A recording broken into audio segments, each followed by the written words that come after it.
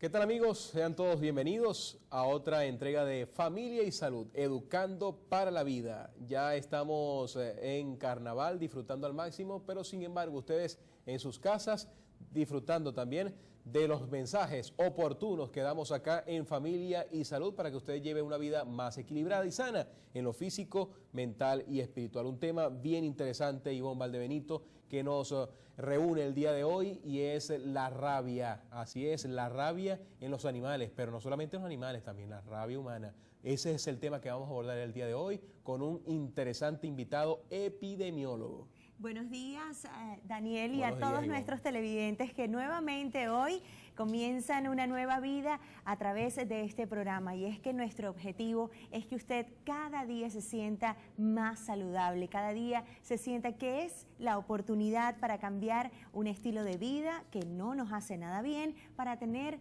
una vida que nos permita poder desarrollar todas nuestras actividades a partir de tener una buena salud. Y es por eso que hoy que hemos querido tocar para ustedes un tema que está generando mucho interés en los médicos de nuestra región, y se trata de aquellas enfermedades epidemiológicas que al parecer se pudieran estar incrementando en nuestro estado a propósito de la falta de prevención que en muchas ocasiones tenemos los seres humanos, y es que a veces no nos preocupamos mucho de nuestra higiene, de nuestro entorno, y precisamente por eso hoy hemos querido hablar de este tema, de la rabia. Pero aquí tenemos un material audiovisual que nos va a introducir a un poco más a ustedes y a nosotros sobre el tema. Adelante. En el programa de Familia y Salud del día de hoy estaremos abordando temas de diversos intereses, como lo son la varicela y la rubiola, enfermedades clásicas de la infancia, además de tratar el tema de la rabia, ocasionada por la mordedura de algún animal. Todo esto de manos de los especialistas en el área. De igual modo, hablaremos sobre la importancia que tiene la vacunación. Todo esto y mucho más en su programa Familia y Salud, Educando para la... Así es, ese es el tema del día de hoy, un poco sobre lo que es la rabia, la rubiola, todas esas síntomas o enfermedades o anomalías que podemos enfrentar como seres humanos y también los animales, que vamos a tocar diversos temas. Para eso tenemos a un interesante epidemiólogo de nuestra casa, la Clínica La Sagrada Familia, para que abordemos este tema, profundicemos y ustedes en su hogar o donde se encuentre podamos interactuar juntos para llevarles la información siempre de primera mano en el mundo de la salud que usted necesita saber. Así es, y con nosotros entonces en la próxima parte daremos inicio a esta entrevista el doctor Oscar Muñoz, que nos acompaña el día de hoy. Él es médico en salud pública, egresado de la Universidad del Zulia, además es profesor titular de la Facultad de Medicina de Luz, es médico gerente en epidemiología en la Clínica Sagrada Familia y además es doctor en ciencias médicas en la maestría de sexología, mención sexología. Así que, bueno, ya ustedes vieron allí parte del currículum de nuestro invitado el día de hoy. Por supuesto, como les comentaba Daniel, la invitación es para que desde ya comiencen a gestionar sus preguntas a través de los números que aparecen en pantalla, y en minutos entonces iniciaremos una vez más Familia y Salud a través de la señal de este canal. No se vayan.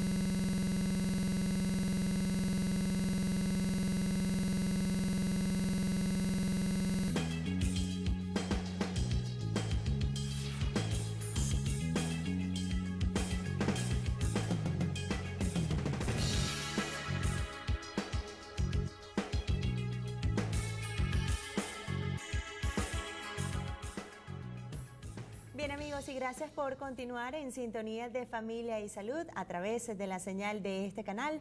Ya estamos listos para iniciar el tema el día de hoy. Vamos a comenzar con el tema de la rabia, porque esta enfermedad ciertamente a veces nosotros los seres humanos estamos rodeados de algunos riesgos y la rabia puede ser uno de ellos una vez que pues nos enfrentamos a esos animales que poseen esta enfermedad, pero que sea el especialista que nos explique para comenzar esta entrevista qué es la rabia, doctor. Y bienvenido al doctor Oscar Muñoz nuevamente. Como ya les comentábamos, él es médico en salud pública y además es médico gerente en epidemiología de la Clínica La Sagrada Familia. Bienvenido, doctor. Gracias. Mire, le agradezco la gentileza en la invitación que nos han hecho y la intención de tocar este tema. Tiene mucho la filosofía y el espíritu de la prevención. Y como usted decía, tenemos que definir entonces la rabia y en ella vamos a encontrar en ese concepto mismo el objetivo de la exposición de hoy. La rabia es una enfermedad viral aguda que irremediablemente llevará al paciente o al animal que la padezca a la muerte. No siempre en medicina se escucha eso. Son enfermedades que quiero decirlo sin que quede duda, usted morirá cuando ese paciente tenga la sintomatología instalada de la rabia. De allí que no podemos equivocarnos y donde el factor de prevención juega importancia. La rabia es una enfermedad viral. Los expertos, los virólogos clasifican al virus como un virus de la familia Rhabdoviridae. Es un rhabdovirus, es un virus constituido por un ARN. Esto quizás para la madre de familia tiene poca importancia, pero para nosotros en el combate permanente contra esta enfermedad zoonótica, porque necesariamente es una enfermedad que se tiene que clasificar como tal, es importante. Desde el punto de vista epizootico, tenemos que clasificar la rabia en la rabia urbana, ¿ok?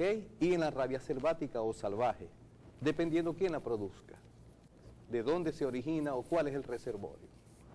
Tenemos entonces las selváticas, que son fundamentalmente transmitidas por el murciélago. Los murciélagos son para nosotros un animal de mucho cuidado, de mucho riesgo y de mucha importancia cuando ocurre este accidente, porque ellos están involucrados, e incluso algunos escritores clásicos se atreven a decir que el murciélago en una caverna cerrada, en gran número, puede producir la rabia a través del ambiente o del aire. Okay. Esto para nosotros es importante, ¿no? Los murciélagos también tienen otra característica, que son capaces de desplazarse de grandes zonas, de un continente incluso a otro continente, como se ha descrito en la historia. Los animales portadores de la rabia en su mayoría son mamíferos. La mayoría son, por decir, es una enfermedad propia de los mamíferos. Okay. Antes se tenía la creencia de que los roedores, como la rata, el ratón y la ardilla, podían producir la enfermedad de la rabia, y eso definitivamente no es así.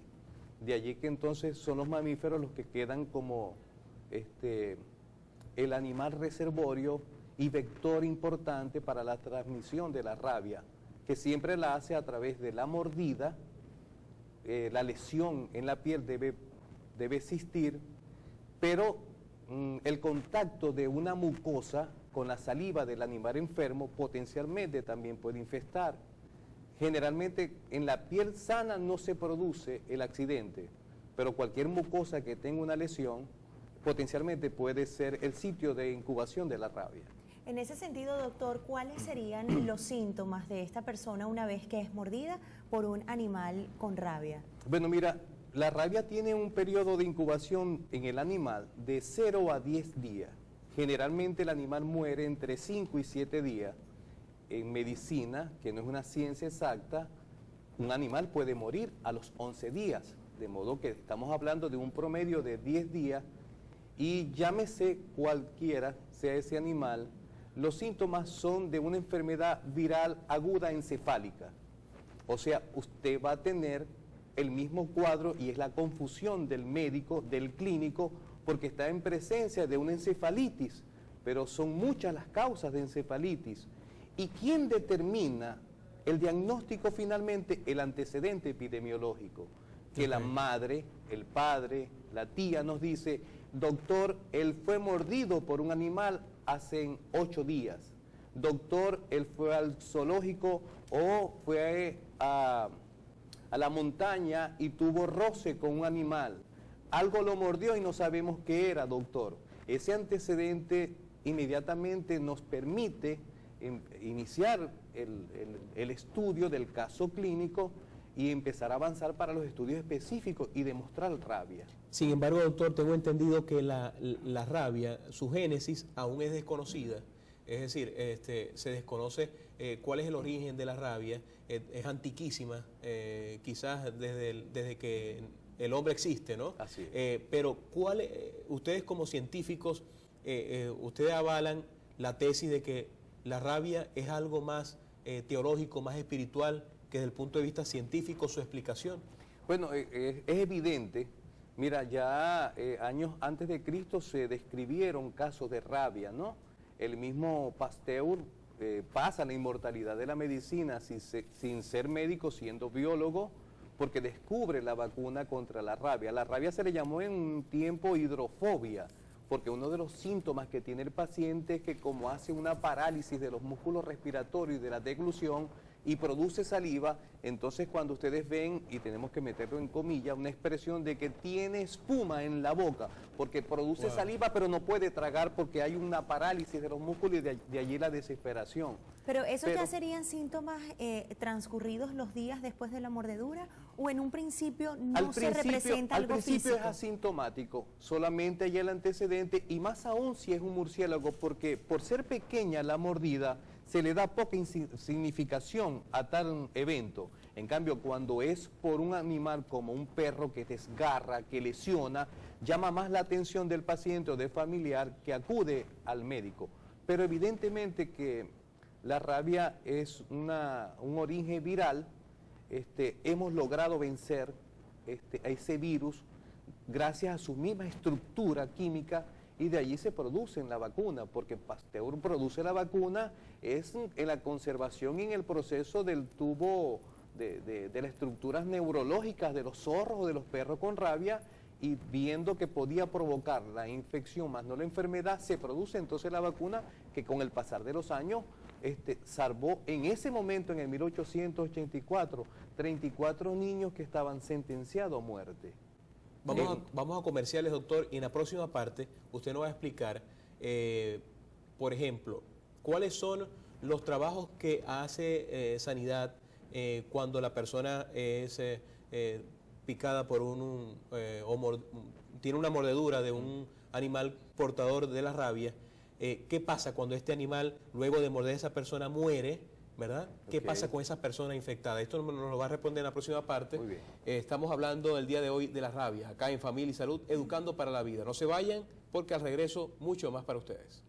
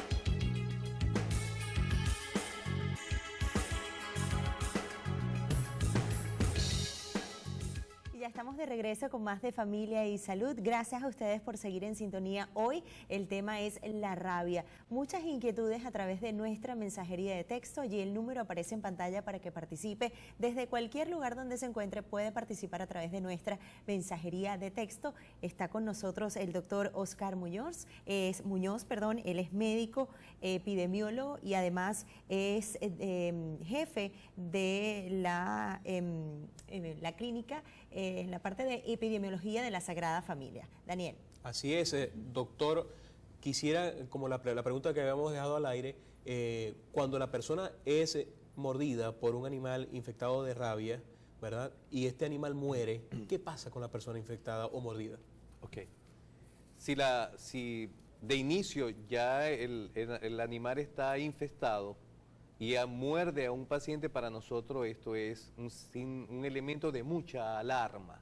En esto va a intervenir los veterinarios del servicio de zoonosis que está en la unidad sanitaria, intervienen los epidemiólogos, interviene el trabajo social y fundamentalmente interviene el laboratorio, porque si el perro tenía o el animal tenía síntomas de rabia, por ejemplo, ojos rojos, ojos grandes, espuma en la boca, no podía comer, no podía beber, el perro estaba intranquilo, estaba nervioso, convulsionaba o agresivo, aunque no tengamos el diagnóstico científico de rabia, tenemos un diagnóstico clínico.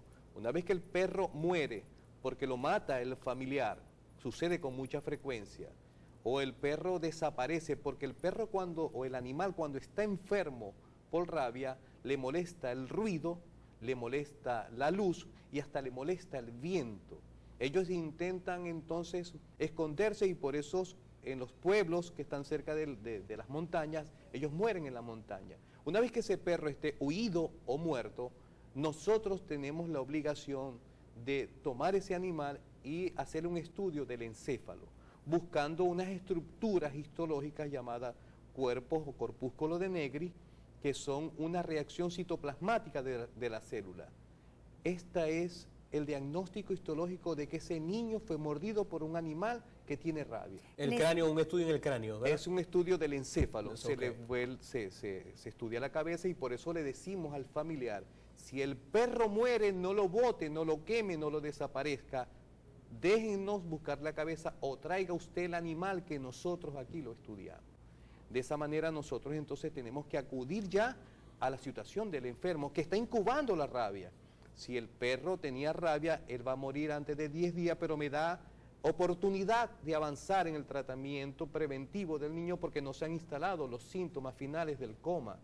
Okay. Está en fase de, si se quiere, de empezar el proceso infeccioso y él pudiese tener dolor en la herida, pero aún con la vacuna y el suero nosotros podemos evitar que se instale el cuadro de rabia que irremediablemente, tanto como en el animal o en el ser humano, lo van a llevar a la muerte. No, importantísimo esos tips del doctor para reconocer si un animal tiene rabia, porque también se puede prever antes de que ocurra este accidente de la mordida, pues que ya su propio dueño, en el caso de un perro, pueda notar que hay un problema y en ese caso llevarse al animal del hogar y bueno, llevarlo a la veterinaria para ver qué es lo que pasa, ¿no? En ese sentido, ya cuando la persona está infectada y pues como usted comenta, lleve al animal, ¿cuál es el tratamiento? Y me refiero a la aplicación de la vacuna. ¿Cuán delicado es este tema de la vacuna? Ok, mira, aquí hay un esquema y una conducta, porque ojalá que pudiésemos obtener el animal, pero ¿y si el animal es callejero? O el animal es salvático y no lo podemos tomar, lo damos como un animal positivo para rabia. A usted le muerde un animal en la calle y desaparece, usted va a ser tratada por nosotros como si estuviera enferma. Si el animal lo podemos obtener y lo podemos estudiar, evidentemente vamos a tener mejor y oportunidad en el tratamiento. Pero en los casos anteriores nosotros contamos con una vacuna. Esta vacuna es una vacuna de virus atenuados, se coloca en la región periumbilical. ¿Por qué, como dicen los niños, por qué en la barriguita? Porque en la región periumbilical está mayores contenidos de grasa y es una vacuna que por su naturaleza es liposoluble. ¿Qué significa eso? Que se absorbe mejor en la grasa. y se van colocando en formas de agujas de reloj las dosis que sean necesarias. Si el animal es observable, o sea, no doctor, lo mordió, pero el animal está en mi casa, yo lo voy a guardar, lo voy a cuidar, lo voy a alimentar, pero lo mordió en la cara, entonces tenemos la clasificación según el sitio de la mordida. ¿Quién te mordió? El gato de mi casa, pero te mordió en la cara, es grave. Yo debo empezar con 5 dosis, por si el animal se muere antes de los 5 días, de los 7, de los 10 días, ya yo me he adelantado a inmunizarte. Si te muerden las manos, es grave. Toda mordida en la mano es grave. ¿Y por qué es grave, doctor? Porque este es un virus neurotrópico. ¿Qué significa eso?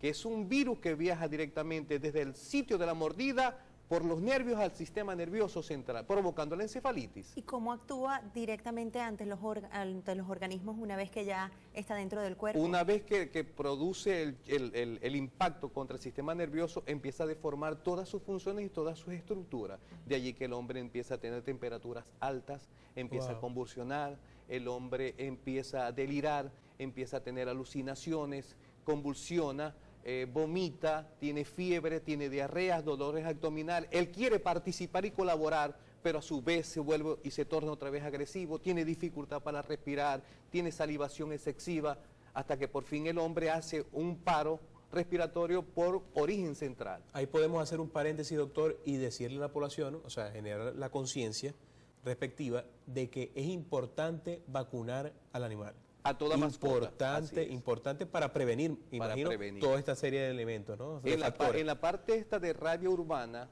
juega papel e importancia el canino en nuestro país. En Norteamérica es el gato, pero todos los animales deben ser vacunados. Doctor, bueno, en la próxima parte quiero que me explique, porque a veces habemos pacientes o personas que queremos prevenir cualquier enfermedad y preferimos vacunarnos antes. En el caso de esta vacuna en particular, no se puede aplicar en una persona sana. Entonces, al regreso de la pausa, el médico doctor Oscar Muñoz nos estará explicando eso y mucho más aquí en Familia y Salud. Ya regresamos.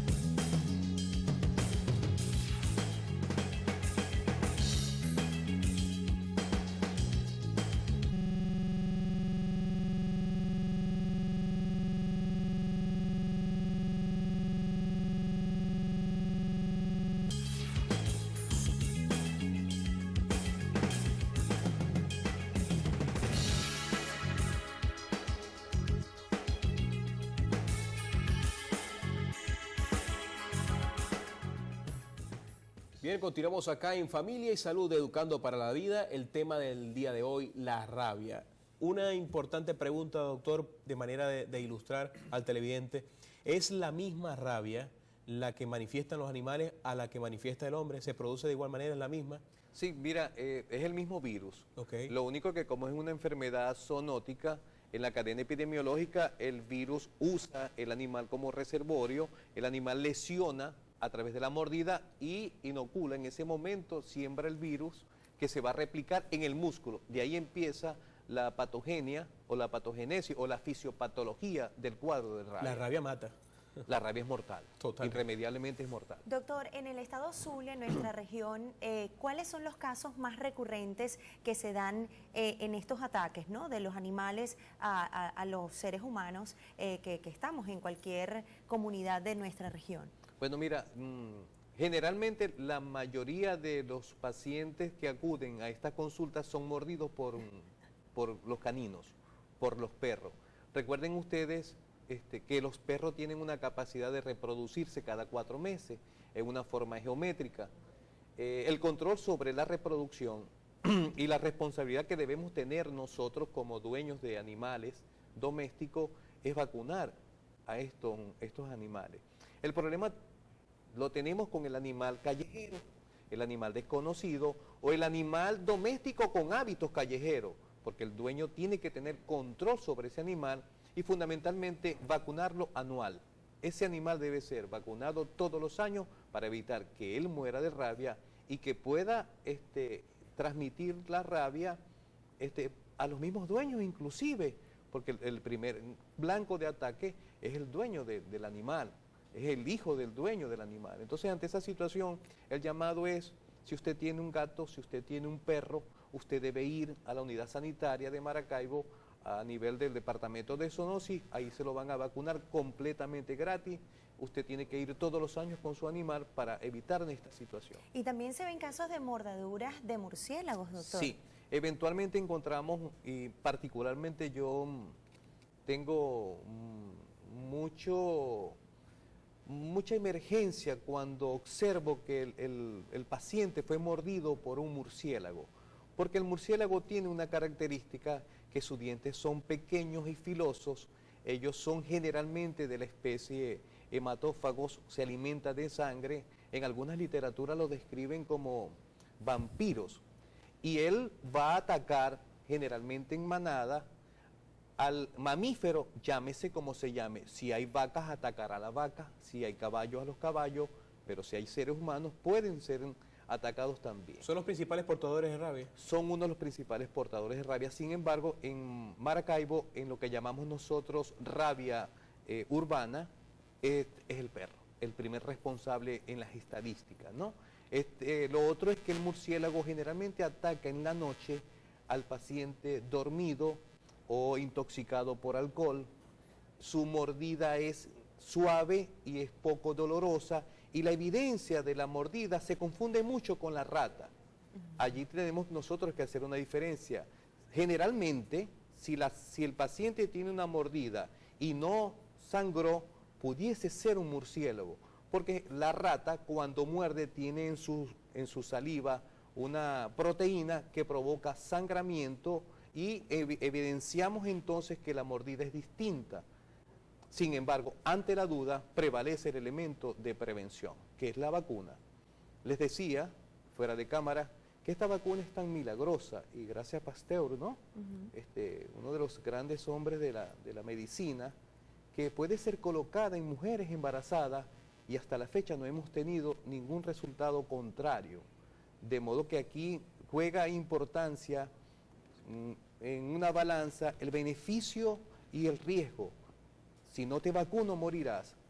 Tengo que jugármela aunque tú estés embarazada. Y como hemos tenido buenos resultados, es una vacuna que no tiene límites de edad, pero que puede y debemos de colocársela sí y solamente sí al que fue expuesto o a quien trabaje con riesgo. Por ejemplo, los veterinarios, los que trabajan en zoológicos, los que manipulan animales, pudiesen ser vacunados en forma preventiva. Pero no debe colocarse en forma masiva al ser humano, porque es una vacuna que puede dar una reacción llamada reacción postvacunal, que puede dar un síndrome parecido a algo muy temido en medicina, que es el síndrome postvacunal o parecido al de Guillain-Barré, que forma parte de una paralización de la musculatura.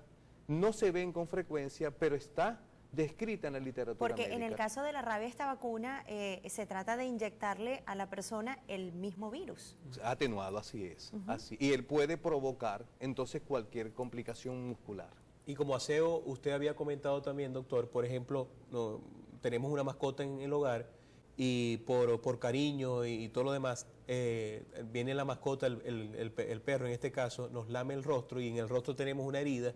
Eso es contraproducente, ¿no? Es riesgoso, pero si usted tiene su mascota vacunada, no el riesgo disminuye. Okay. Porque la vacuna es 100% efectiva. Nosotros, se han hecho estudios de investigación, 100 perros o 100 personas mordidas por animales con diagnóstico histológico de rabia, se le colocaron la vacuna, 100 personas se salvaron. De modo que es muy efectiva en cuanto a la prevención de la instalación del cuadro o la enfermedad. Y hay que tener nosotros también como ciudadanos, tener precaución con nosotros mismos, porque a veces, por ejemplo, yo, amantes de los animales, bueno, veo un perrito en la calle y lo quiero agarrar y lo quiero tocar y allí es que cuando eso es lo comienza. sano. los riesgos. Eso, no, ahí y cuando lo comienzan sano, los riesgos. ser cuidadoso con los animales. Yo creo que eso es fundamental, porque eso es parte de la humanidad, ¿no? O sea, eso es parte del sentido humano, cuidar, darle un cariño a un animal. Por muy callejero que sea, es un ser vivo. Hay que cuidarlo, hay que darle ese afecto, ¿no? Porque al fin y al cabo son seres vivos. Entonces, pero sin correr riesgo. Sin correr riesgo, claro, por si acaso, ¿no? Así es. Hacemos una pausa y ya regresamos con más de Familia y Salud.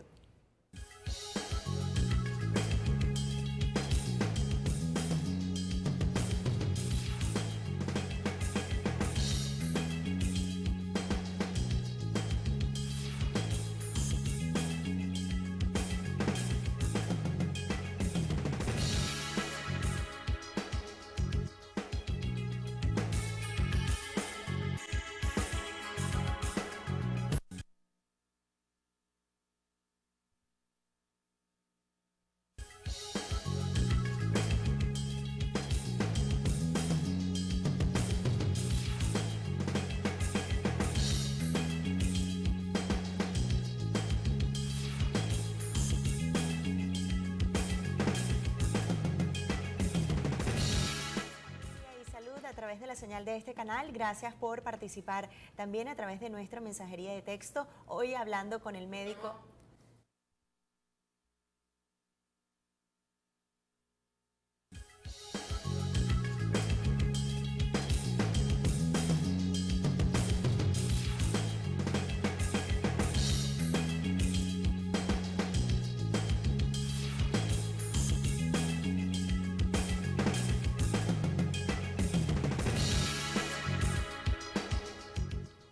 Amigos, y continuamos con más de Familia y Salud a través de la señal de este canal. Gracias por participar a través de nuestra mensajería de texto. Hoy hablando con el médico epidemiólogo, el doctor Oscar Muñoz, quien ha estado acompañándonos durante todo el programa hablándonos de este tema tan importante como la rabia y de qué podemos hacer nosotros para evitar sufrir de esta enfermedad que es mortal, doctor. Hablábamos de la vacuna, pero ¿qué otro tipo de recomendaciones le puede dar a nuestros televidentes en materia de prevención?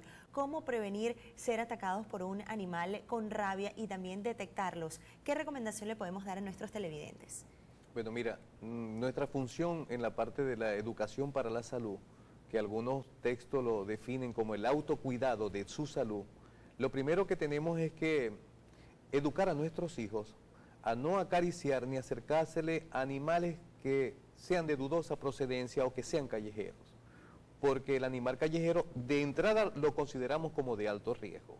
Lo otro es educar a nuestros hijos y educarnos nosotros, la comunidad toda, a la responsabilidad que usted tiene sobre una mascota. Una mascota no puede ser un objeto que usted tiene en un sitio, y más aún cuando sabemos que los jóvenes se casan, tienen un apartamento, no van a poder tener un perro, pero van a tener un gato. Usted tiene que ser responsable por la vacuna de ese animal, y no solamente eso, sino que si usted es el propietario del animal y el animal me agrede a mí, usted tiene responsabilidad porque usted es su propietario. Eso hay que decirlo para que la gente vaya educándose, ¿no? Lo otro es que tenemos la vacuna, que es gratuita. Solo hay que ir a la unidad sanitaria, tenemos veterinarios expertos en esta materia, que con la colocación de la vacuna gratuita pudiésemos evitarnos un acontecimiento que, como lo dijimos al principio, puede ser mortal hasta para usted mismo, porque el animal en su confusión, en su obnubilación, puede morder a usted y usted puede ser el que vaya a sufrir esta enfermedad. Para contrarrestar cualquier tipo de anomalía con los animales callejeros que puedan, digamos, ser factor de riesgo constante en la población y evitar cualquier tipo de problemas de rabia con las personas, ¿no? Porque eso es inevitable, los animales que están en la calle, ¿cómo controlamos eso? ¿Cuáles son las medidas? Allí interviene mucho la parte de zoonosis. Los veterinarios salen con los asistentes que ellos tienen, ubican el animal, generalmente lo inmunizan, le colocan, porque tampoco podemos patrocinar el exterminio del animal. Es menester que tengamos clara sospecha que el animal tiene síntomas y hay que sacrificarlo para hacer el estudio, porque ese animal, si tiene síntomas, como te los describí al principio, va a morder a otro que puede morder a un ser humano. Entonces, tomamos el animal, se le sacrifica para el estudio científico y poder en esa zona abordar la situación de rabia que aunque no es humana, es canina, ¿de acuerdo? Y poder entonces controlar cualquier elemento que por allí pueda entrar como un episodio, ¿no? Y doctor, estas vacunas también se pueden aplicar, por ejemplo, para aquellas personas que se van a trasladar a zonas extraurbanas o a zonas donde está el área salvaje. Por ejemplo, si me voy al Amazonas, ¿es necesario que yo aplique este tipo de vacunas? No, en ese caso se coloca las otras vacunas, que es la vacuna de la fiebre amarilla, pero usted solamente va a ser vacunado si usted tiene exposición o riesgo en el momento de haber sido mordido. Y como tenemos de 0 a 10 días para incubar la rabia, nos da tiempo vacunarla sin ningún problema. Por los riesgos y por el peligro y lo innecesario de vacunarla a usted si usted no fue o no va a ser expuesta a este virus. Disculpa la interrupción, Ivonne, en las casas, por ejemplo, ¿cuáles son esas mascotas recomendables tener? Sabemos que generalmente el perro, el gato son mascotas domésticas, pero de manera de educar a la población, de informar a la población, sí, ¿cuáles son? Cada vez más vemos como los animales exóticos forman parte de una familia, ¿no? Aves, hay ¿no? mucha gente que, bueno, porque lo he visto, son amantes de los animales exóticos, como las culebras, los guacamayos y este tipo de animales, hasta los monos, vemos cómo pues están en los hogares de los habitantes. Bueno, mire, el mono es un animal salvaje. Y muy usted peligroso. tiene el mono en su casa, puede tener 30 años con usted, pero ese mono es salvaje y como tal va a reaccionar en cualquier momento. Ese mono tiene que ser vacunado contra la rabia porque él puede ser transmisor de rabia. Yo soy de los que creen que se debe respetar los ambientes de los animales. Es dramático ver en las carreteras cuando uno viene por Coro, cómo te ofertan que compres monos que vas a llevar a tu casa a causar un problema, porque no solamente es que te puede transmitir la rabia, es que el mono enfurecido puede lesionar a un niño y hasta impedirlo. Nosotros hemos tenido pacientes que han llegado con parte de su cuerpo totalmente desgarrada, que tienen que entrar en cirugía, y tenemos aquí una situación que es el enfrentamiento académico, ¿no? Teóricamente la herida o la mordida debe dejarse sin sutura, porque el virus es más lábil al efecto de la temperatura o la deshidratación, pero cuando se pone en juego una estructura como la cara, tiene que irremediablemente ser suturada, pues, porque en cara todo es grave, desde el punto de vista médico, forense y estético. Entonces, se enfrenta la ciencia cuando te dice no sutures para que el virus muera más rápido, pero si no sutura el niño va a quedar con una lesión. Entonces tiene que intervenir cirugía plástica y estamos favoreciendo al virus porque lo estamos secuestrando. Evidentemente que tenemos la vacuna, pero no debe ser.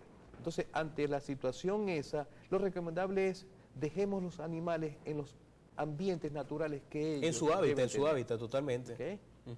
Bueno, doctor, de verdad que hoy nos ha dado una clase Gracias. de este tema que es muy interesante, sobre todo porque muchas veces no sabemos cómo reaccionar ante un ataque de un animal y creemos que tal vez el hecho de haber provocado una mordedura no es tan grave, pero ciertamente la recomendación es acudir al médico urgentemente, porque aunque los síntomas no se evidencien inmediatamente, como comentaba el doctor, tienen 10 días para ir evolucionando con esta enfermedad, con este contagio a través de la rabia, que no, hay que evitar, y lo podemos hacer porque tenemos las vacunas en Maracaibo, tenemos las medicinas y todo lo necesario y los expertos para poder controlar este tipo de enfermedad que ya una vez que ataca a la persona, pues hay maneras de solucionarlo si se atiende con tiempo, doctor. Muchas gracias por habernos acompañado el día de hoy. Gracias, de verdad. Muchísimas gracias, doctor Oscar. Gracias. ¿Cuál es tu mascota preferida, Ivonne? Todos, amo a todos los animales. Pero en tu casa tienes. Bueno, en mi casa tengo un perrito, una perrita, y tiene todas las vacunas. Ah, bueno. A veces, bueno, pareciera que le da unos ataques de rabia porque es un poco malcriada, pero no es rabia. La tienes consentida, eso es bueno. A las mascotas hay que quererlas, cuidarlas y sobre todo humanizarlas para que podamos convivir en armonía en el mismo espacio, ¿no? Y vacunarla. Esa es la recomendación final, vacunar a los animales para prevenir cualquier tipo de situación. Muchísimas gracias de verdad por acompañarnos nuevamente acá en Familia y Salud, educando para la vida a través de esta gran señal que se expande por lo largo y ancho del territorio nacional, desde Maracaibo, Estado Zulia, para todo el país. Será hasta la próxima. Recuerden que la salud no tiene precio, pero vale la vida. Shalom.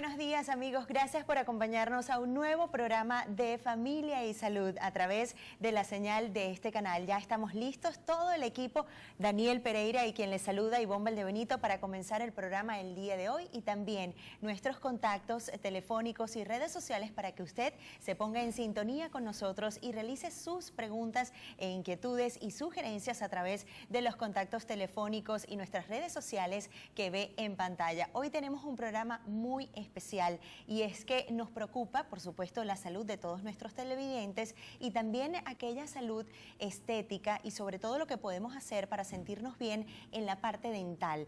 Cuán importante es para el ser humano sonreír y sentirse orgulloso de su sonrisa, pero sobre todo poder sentirse bien en materia de salud. Y es que a veces pues tenemos algunos problemas en nuestra dentadura que no le tomamos el tiempo necesario, y pueden ocurrir emergencias muchísimo mayores que la doctora especialista en el día de hoy nos va a ayudar a tratar de evitar. ¿En qué momento debemos tener la atención de aquellas caries, de aquellas situaciones irregulares o dolores que sentimos en nuestros dientes o muelas? De eso estaremos hablando el día de hoy, de todo lo que se puede hacer en materia de odontología para tener una sonrisa saludable. Así es, y además que la sonrisa es una carta de presentación, una carta de presentación de cada uno de nosotros, porque brindar una sonrisa sana es, por supuesto, es proyectar una imagen más agradable, ¿no?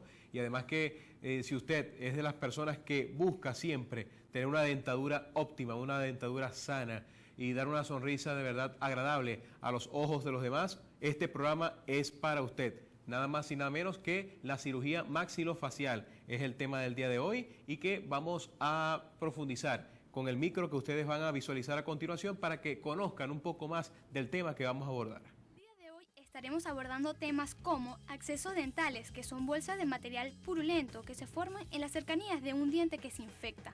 Por su parte, la cirugía maxilofacial, que es una especialidad quirúrgica que se ocupa de la prevención, estudio, diagnóstico, tratamiento y rehabilitación de las alteraciones de la cavidad bucal y de la cara. Además de los implantes dentales, que es una varilla metálica que se coloca en el hueso alveolar para sujetar un diente falso en su lugar.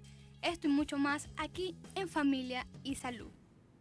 Bien, ¿cuán importante son la aplicación o no de estos implantes dentales? Es parte de algunas de las inquietudes que nos va a responder nuestra especialista invitada el día de hoy, Daniel. Así es. Nada más y nada menos que de la doctora odontóloga Ruth López. Ella es odontóloga cirujano maxilofacial. Ella es nicaragüense, egresada de la Universidad Autónoma de Guadalajara en México, hizo reválida en la Universidad del Zulia, se especializó en maxilofacial en Nicaragua, su país natal. También pertenece a la gran y distinguida familia de la Clínica La Sagrada Familia, donde dirige pues lo que es el área de implantología, cirugía maxilofacial y odontología. Así que la odontóloga y cirujana Ruth López, bienvenida nada más y nada menos que a este espacio donde usted va a tener la oportunidad de expresarse a todos los televidentes y de informarles cómo tener una dentadura óptima y bella. Es que hay que prevenir en vez de lamentar. Hacemos nuestra primera pausa, siga con nosotros al regreso, más de Familia y Salud.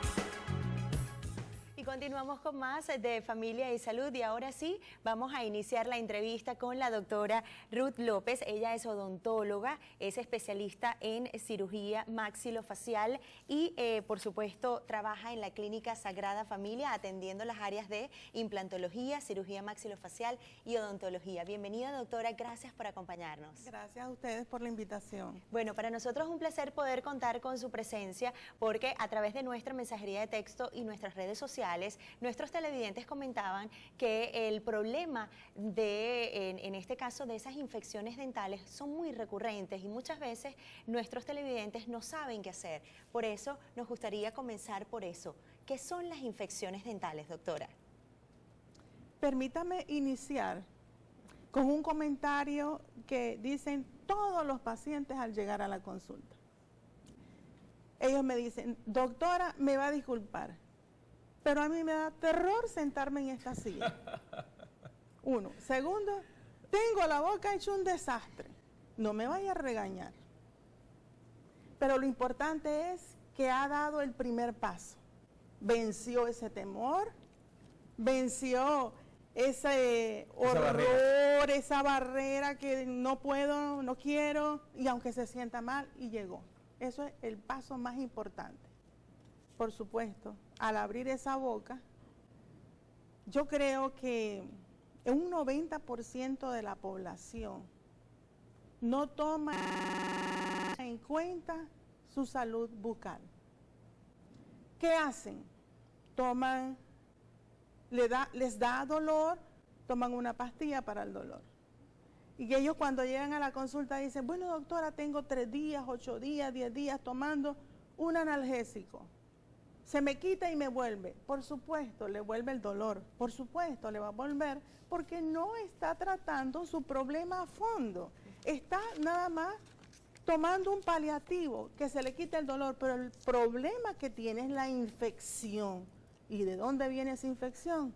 Esa infección viene por una caries dental, simple y sencillamente una caries dental que comenzó porque el esmalte de la pieza se rompe, todas las bacterias que están en la boca se aprovechan de ese sitio de entrada, llegan al centro del diente donde está la pulpa y comienza el dolor, comienza la inflamación y comienza el martirio para ese paciente. Un martirio que a veces, como usted lo comenta, no queremos reconocer. Muchas veces hay personas que le comentan, mira, tienes mal aliento, mira, ¿por qué tienes los dientes así? Y ciertamente yo considero personalmente que el área de los dientes tiene mucha relación con nuestra autoestima, porque muchas veces, como comentaba Daniela al inicio del programa, se trata de la carta de presentación. Cuando uno va a una entrevista, cuando uno tiene una cita, lo primero que hace es tratar de lucir a través de la sonrisa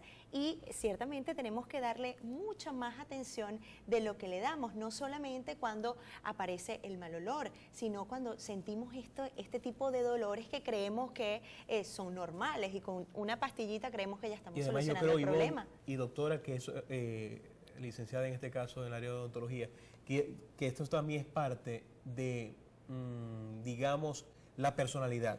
Si usted tiene una dentadura que no está sana y descuidada, es que usted es una persona descuidada, ¿verdad? Porque si usted está encima de su dentadura y se chequea con un odontólogo una vez al año, ya eso es parte del aseo personal.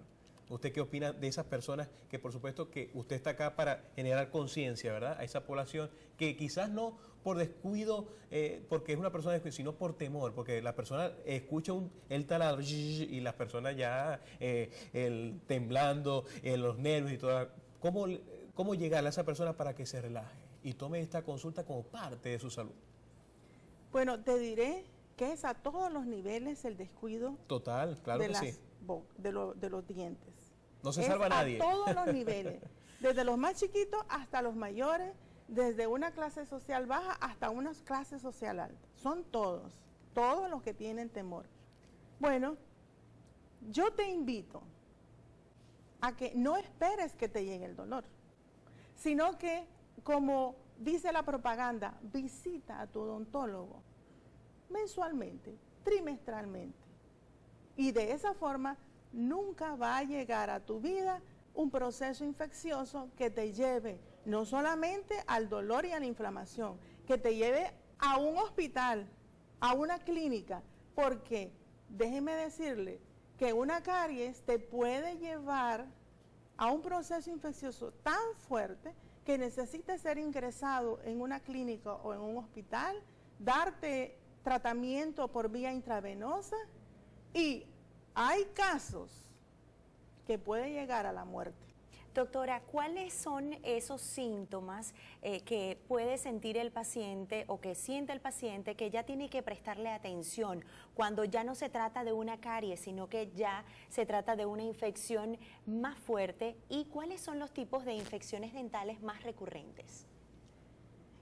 ¿Qué síntomas te dice? Digamos, en el 2000 te fracturaste una pieza, te dolió y no te lo atendiste. En el 2001 te comenzó a doler y tomaste un analgésico y se te quitó. A los 3 años, porque a veces eso va lentamente, o en otras ocasiones es agudo y de una vez ataca.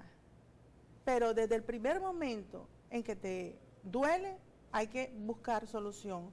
Y si ya tienes en tu boca muchas piezas dañadas y tienes historia de antecedentes de dolor, este es el momento para que corras a la consulta de un odontólogo para que solucione ese problema dental, ese dolor que tienes. Ok, doctora, otra pregunta. Cuando está la aparición de la caries y esa persona pues no la atiende a tiempo, puede ocurrir esa infección dental que usted está comentando. Pero ¿qué pasa cuando hay malas instalaciones o hay un trabajo mal hecho que lamentablemente en ocasiones puede ocurrir? No sé con cuánto índice, pero ciertamente a veces pueden haber esos errores humanos en el que hay una mala aplicación o curación de ese diente. Primero, como dije antes, visitar al odontólogo, claro, tomarte una radiografía, y la radiografía nos va a mostrar si esa pieza o esas piezas están bien o están mal. Doctora, estamos viendo algunas imágenes de algunos de sus pacientes en el que se pueden observar algunos de los trabajos que usted realiza. Allí, si no me equivoco, se trata de un implante dental. Correcto, ese es un implante dental. ¿En qué momento se realizan estos implantes? ¿Cuáles son los casos en los que hay que recurrir a un implante dental? Antiguamente se usaba prótesis fijas removibles, pero ahora tenemos la ventaja de los implantes dentales. ¿Cuál es la ventaja de esos implantes dentales? Que si yo tengo ausencia de una pieza, yo antes recurría a una prótesis removible, de esas kitipón que se le dice. Pero ¿qué pasaba? El hueso, donde ya no hay pieza dental, comienza a reducirse, a hacerse más pequeño. O si es una prótesis fija, pues yo tenía que preparar 2 piezas de pilares, una a la derecha y otra a la izquierda, para poder sustituir la pieza. Ahora, con los implantes dentales, nosotros no vamos a trabajar en esos pilares, esas piezas quedan íntegras. Y segundo, el implante dental, al ser colocado en el hueso, tiene la capacidad de estimularte el hueso, y ese hueso ya no se te reduce, sino que se te mantiene.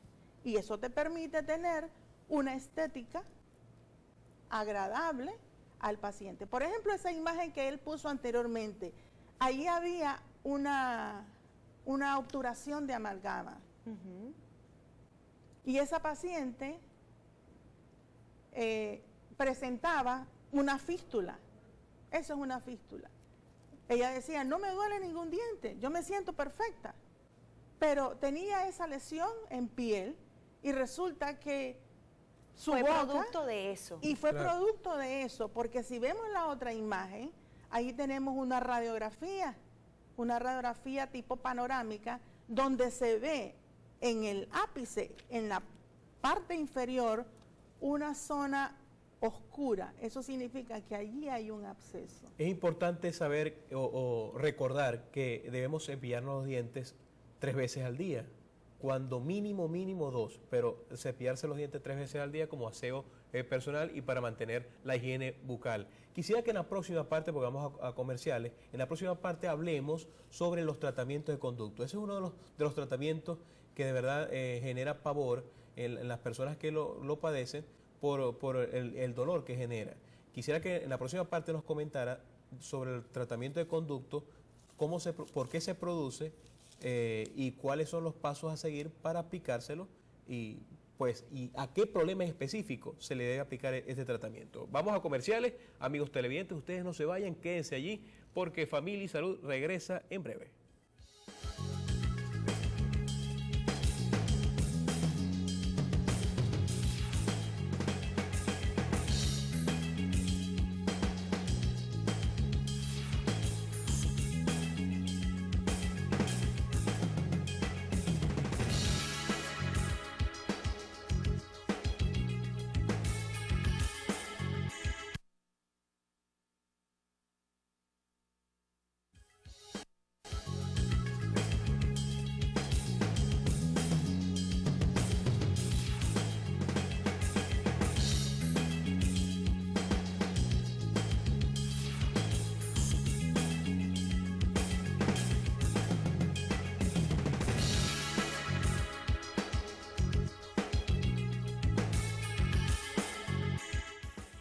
Estamos de regreso con más de Familia y Salud a través de la señal de este canal. Gracias, amigos, ustedes por participar a través de nuestra mensajería de texto. Hoy nos acompaña la odontóloga Ruth López. Ella es de Nicaragua, pero la tenemos aquí en Venezuela. Así es. En la Clínica Sagrada Familia, atendiendo estas áreas bien importantes de la odontología. Además, es cirujano maxilofacial y tenemos muchas inquietudes, pero ciertamente quisiéramos profundizar un poquito más en el tema de las infecciones dentales. Por ejemplo, ¿el absceso es tomado como una infección? Sí, claro. ¿En qué momento se produce al paciente y cuáles son las causas que los originan? Dijimos que la causa que lo origina es la caries.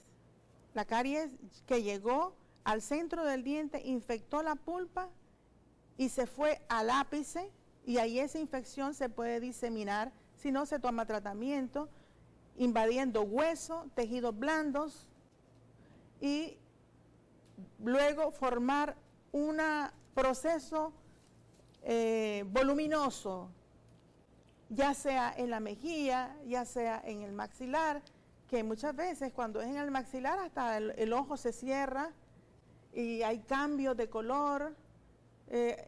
Ahí vemos algunas imágenes precisamente de este cambio de color. Hay volumen, aumento de volumen, hay limitación de apertura bucal, el paciente no puede abrir la boca, hay cambios de coloración dentro de la boca y esos abscesos hay que drenarlos, porque todo lo que hay dentro de ese aumento de volumen es líquido purulento y eso es un dolor insoportable para el paciente, fiebre, y hasta que eso no se drena, que se drena ambulatoriamente, no necesita hospitalizarse, se punza la zona y el líquido... ¿Qué tipo de anestesia? No se pone anestesia, no se pone anestesia, porque eso es un proceso infeccioso. Tiene que ser guapa la persona.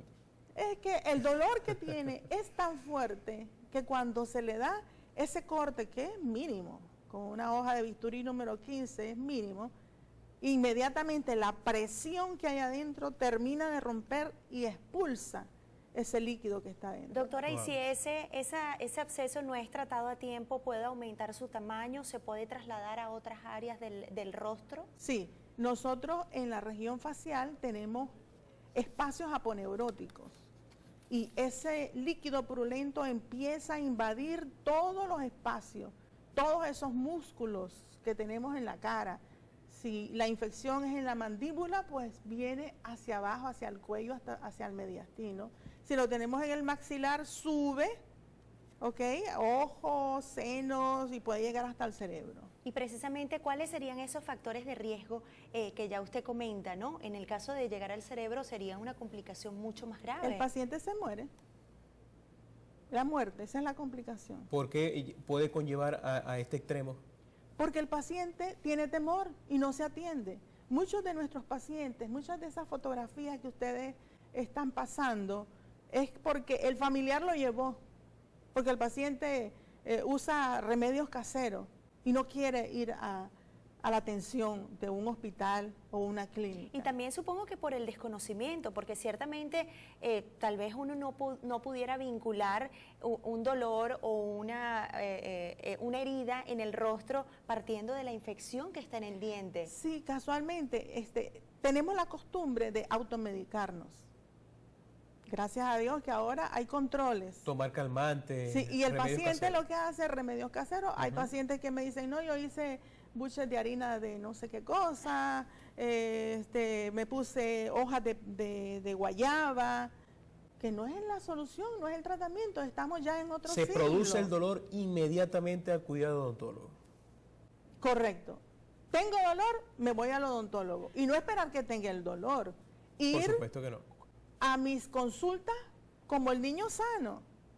El niño cada cierto tiempo va a consulta de niño sano. 1 o 2 veces al año. Los ciudadanos tienen que ir 1, 2 y hasta 3 veces su consulta con el odontólogo. Doctora, y en ese sentido, ya cuando existe un absceso, ¿cuál es el tratamiento?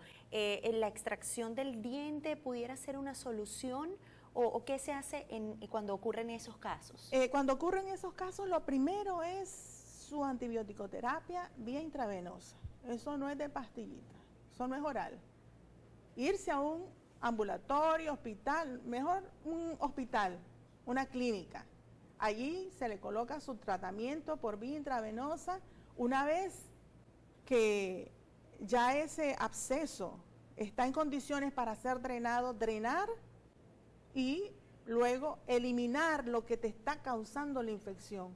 Porque se te da antibiótico terapia, se te drena el absceso, pero si no se retira la pieza que te está causando la infección, jamás vas a mejorar, sino que vas a reincidir de nuevo 2, 3 meses después. Eso es importante saberlo, ¿no? Y en ese sentido se tendría que aplicar un implante dental, ya una vez cuando se extrae el diente. Cuando se extrae el diente, cuando ese hueso está sano, ese tejido está sano, podemos pasar a una segunda fase que sería un implante dental. Una de las medidas preventivas para evitar este tipo de anomalías en la dentadura es, aparte del cepillado, ¿qué otras técnicas? El cepillado es lo más importante, Okay. pero es la técnica del cepillado. Es como, no es cepillarse, es cómo cepillarse, es la aplicación, digamos, correcta. Explíquenos un poco porque es importante, aunque hasta en los colegios nos dicen, sin embargo, nunca terminamos de conocer totalmente cuál es la técnica ideal para el cepillado. Bueno, la técnica ideal es que tengas un buen cepillo. Okay. Que tu cepillo no te dure Las un año, cerdas. 2 años, porque eso no está funcionando. ¿Ok? Sino que tener un cepillo con las cerdas que estén en perfecta posición. La técnica es como dice el comercial, los dientes de arriba hacia abajo, los de abajo hacia arriba. Y las muelitas en forma circular. Okay. Bueno, de eso y mucho más nos vamos a seguir hablando al regreso de esta pausa, doctora, porque a veces nosotros nos pasamos de flojos, por decirlo de alguna manera, o estamos muy apurados y no nos queremos cepillar, sino con un chiclito de menta creemos que ya estamos solucionando y ahí es cuando vienen los problemas. Al regreso de esta pausa, más sobre el tema del día de hoy aquí en Familia y Salud.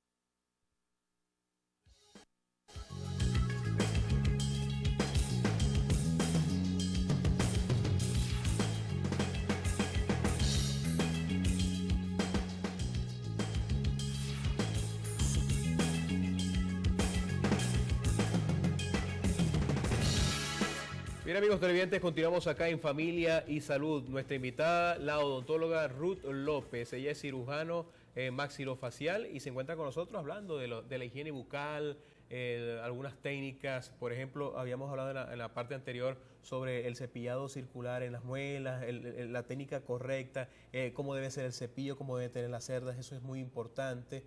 Pero sobre todo, doctora, o licenciada, siempre cuando alguien o doctora, porque ella tiene su especialización, la persona cuando se aplica la técnica, ¿verdad? Ahí, aparte de que se la aplique incorrecta, se la aplica muy fuerte, ¿verdad?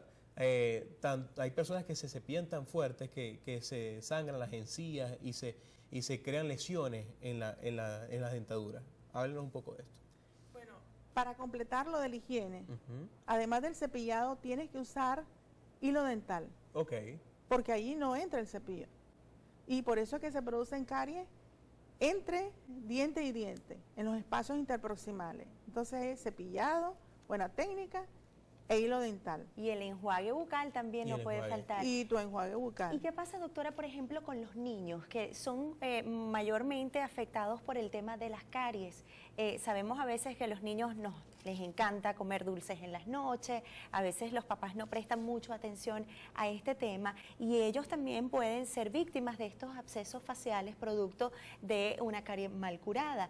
En ese sentido, usted me comentaba que incluso usted ha tenido pacientes jóvenes, niños que han sufrido de absceso facial y recurren nuevamente en la enfermedad. ¿Por qué ocurre esto? Casualmente tengo un niño de 10 años que en este momento está recluido en una clínica, que el 24 de diciembre ingresó por un absceso facial muy severo. Se le trató, el paciente evolucionó perfectamente y fue dado de alta. Hace 3 días reingresó por el mismo problema. Se le tomó una radiografía panorámica y hay una pieza, un molar, que está cariado. Y mientras ese molar no se saque, el paciente no va a mejorar.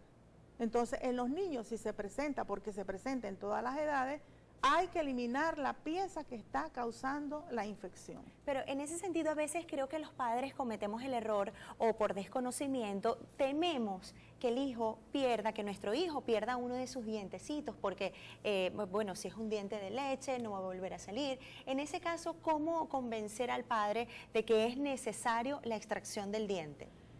Yo le digo a todos mis pacientes que tienen ese diagnóstico, si usted no se atiende, se va a morir. Y después que le digo eso, el paciente acepta todo tratamiento. Porque es así.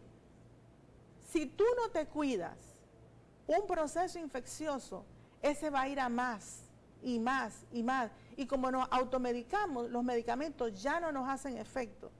Y si nos quedamos en nuestro hogar, podemos llegar a situaciones fatales, críticas.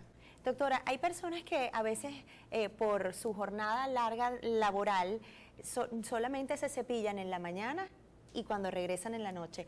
¿Cuánto ayuda o perjudica el uso de los chicles, de esos caramelos de menta que creemos nosotros que nos están ayudando a aliviar la problemática de no tener nuestro cepillo en el bolso? Yo creo que el dulce perjudica en todo, los azúcares. Sí, así es. Todo lo que nosotros comemos forma una película sobre los dientes, que actualmente se llama biofilm. Esa película es pegajosa a las bacterias. Esa película, además, si nosotros en la noche no nos cepillamos los dientes, queda allí y comienza a deteriorar el esmalte. Y al romper el esmalte, por allí entra la caries. Entonces, bien, no tengo tiempo, me cepillo en la mañana, me cepillo en la noche, porque en la noche yo voy a tener mi boca cerrada. Y es cuando todas esas bacterias van a actuar sobre el esmalte y lo van a romper. Y van a hacer una fisura por donde se van a entrar todas las bacterias. Wow. Y eso parte de las técnicas que se deben aplicar para corregir estos problemas bucales serían...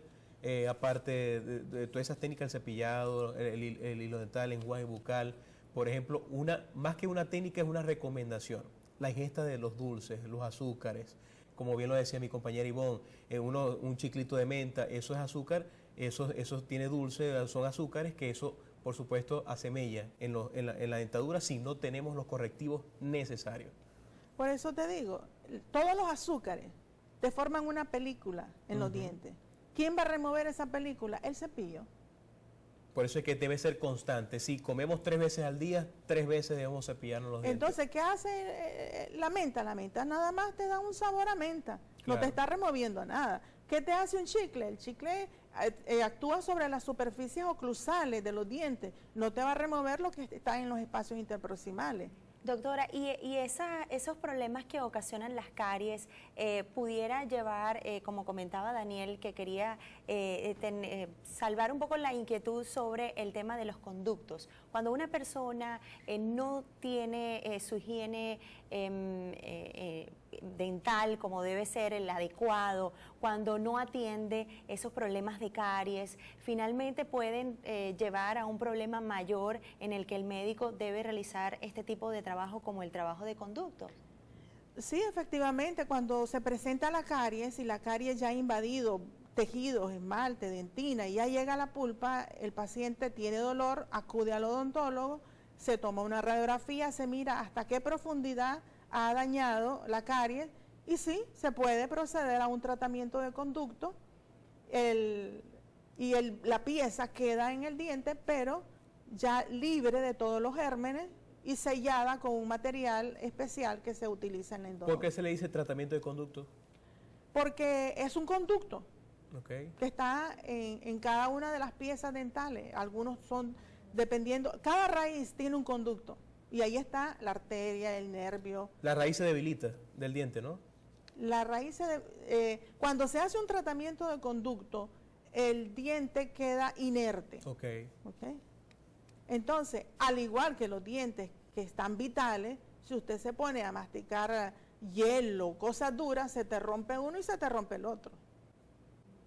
También las cotufas no son nada saludables para la dentadura. Cuando ¿no? tienen esas semillitas que no han explotado. Sí, así señor. es, doctora. Doctora, afortunadamente la medicina ha progresado continuamente y estamos seguros que también en el área de salud, de odontología, también. ¿Cuán ha avanzado esa tecnología en beneficio de sus pacientes hoy por hoy? Y si precisamente estos implantes que se realizan forma parte de esa modernidad que podemos encontrar en esa área de salud. Pero eso al regreso de la pausa, porque ya tenemos que ir a comerciales, pero ustedes no se muevan, ya venimos con más de Familia y Salud.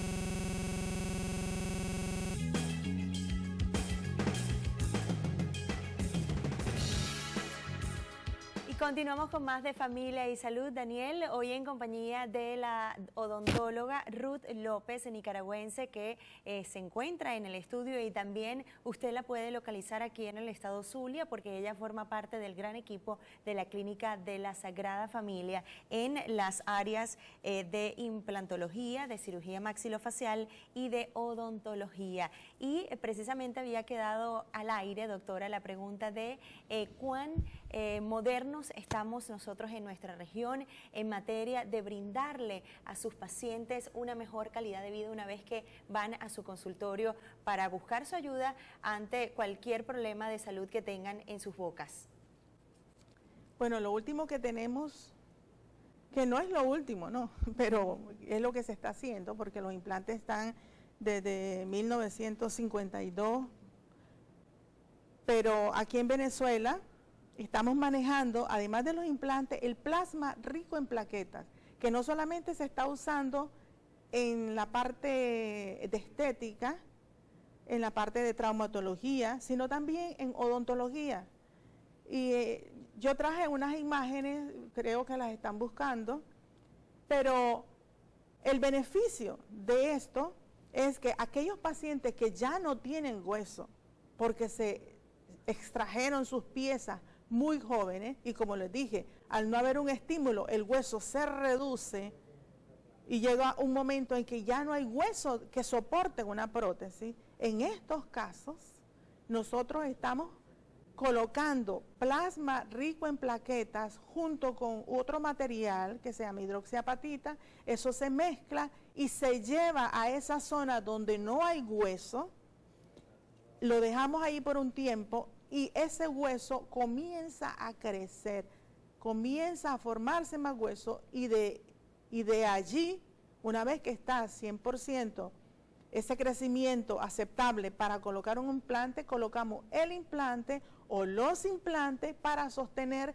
ya sea una prótesis completa o una prótesis de 2 o 3 piezas, o para mejorarle el aspecto al paciente, porque imagínense, un individuo, un ciudadano sin dentadura, los labios pierden apoyo. Y al reponer, al sustituir el hueso y al colocar los implantes y las coronas, la región facial cambia y se rejuvenece. Entonces eso es algo nuevo, eso es algo que ya está en nuestras clínicas, es algo que le podemos ofrecer no solamente a los que han perdido una pieza, sino a aquellas personas que han perdido todas y ya no hayan la forma de cómo colocarse su prótesis, usando diferentes medicamentos que los mantengan en posición y se les cae, hablan y se les sale, comen y no pueden comer, pero ahora con el plasma rico en plaquetas, más de los implantes, podemos brindarle al paciente una mejor calidad de vida y reinsertarse en la sociedad, porque ya no va a tener pena, vergüenza de tener una sonrisa vacía, sino una sonrisa con su dentadura completa. Estamos hablando un promedio de edad de personas que acuden a su consulta con este tipo de promedio de problemas, por ejemplo, personas de avanzada edad, no existe ningún tipo de digamos, patrones con respecto a este tipo de problemas bucales. Contraindicaciones. Ajá. Bueno, la única contraindicación es no fumar. Ok. Ok. Y ahora por todas partes tenemos, esto es un ambiente libre de humo. Afortunadamente, bueno, para todos nosotros. Sí, no fumar. Si tú no eres fumador, pero eres diabético, hipertenso, pero estás con tu tratamiento, te mantienes en buenas condiciones, sos un paciente ideal para recibir este tratamiento. Doctora, ya una vez que el paciente se ha sometido a un implante bucal, ¿cuál es su reacción? ¿De qué manera cambia esa persona ya una vez que puede mostrar esa sonrisa al público, sin temor, como dice usted, sin pena? Bueno, el paciente está feliz, súper agradecido, y su vida social cambia. Ya, y sus fotografías cambian. Ya no es aquel que le toman una foto y está serio, sino que le toman una foto y sonríe. Inmediatamente afecta de manera positiva su personalidad a esta persona que está sufriendo de cualquier padecimiento que tiene que recurrir a un implante dental. Doctora, ¿cuán de fácil o difícil acceso es hacerse este tratamiento ya para finalizar? ¿Es fácil conseguir los implantes en nuestra región? ¿Tenemos los equipos modernos para hacerlo? ¿Es accesible? Sí, tenemos equipos, tenemos implantes de diferentes marcas, de diferentes casas, y todo está en la disposición de la persona de querer invertir en él o en ella para verse mejor. Si es posible entonces reconstruir una sonrisa. Es posible, claro. Y más sobre todo aquellas personas, porque existe, por ejemplo, existen dentaduras más débiles que otras, o depende de la edad. Sí, hay hay dentaduras que son más débiles, pero hay materiales nuevos que se les pueden reconstruir, que se les pueden colocar una fachada, digamos. Claro. Sí, hoy por hoy la estética dental es impresionante. Afortunadamente hay muchos estudios que se han realizado y que se aplican hoy por hoy en cualquier clínica odontológica de nuestra región, pero la doctora se encuentra en la Clínica Sagrada Familia. Le queremos agradecer, doctora Ruth, por habernos acompañado el día de hoy. Ella está aquí un poco nerviosa porque nuestros técnicos están haciendo muchas señas y estamos así como nerviosos, pero ya lamentablemente se nos acabó el tiempo el día de hoy, doctora, pero sí quisiéramos dejarle la invitación abierta porque hay muchos temas interesantes que hablar en materia de higiene bucal y lo que podemos hacer nosotros para sentirnos bien con nosotros mismos partiendo de pues tener una dentadura agradable, no solamente para la persona, sino para nosotros mismos, para poder alimentarnos bien, para no sufrir de mal aliento y todas esas cosas que podemos evitar si tenemos una higiene bucal adecuada como debe ser. Doctora, gracias por haber participado. Una despedida final. Olvídate de los que dicen las personas a tu alrededor, porque esos son los que nos llenan de temor. Y te dicen, ay no, yo fui, me hicieron esto, me hicieron lo otro y eso es horrible. No, ve a tu consulta, ve por tu problema y verás que tiene solución y que las cosas no son como los vecinos nos dicen. Y no trates con medicamentos naturales, tipo hojas de guayaba, de plátano, qué sé yo. Ve a un especialista para que te atienda y te resuelva el problema que tiene y no tengas temor. Bueno, muchísimas gracias, doctora, de verdad, por su presencia acá.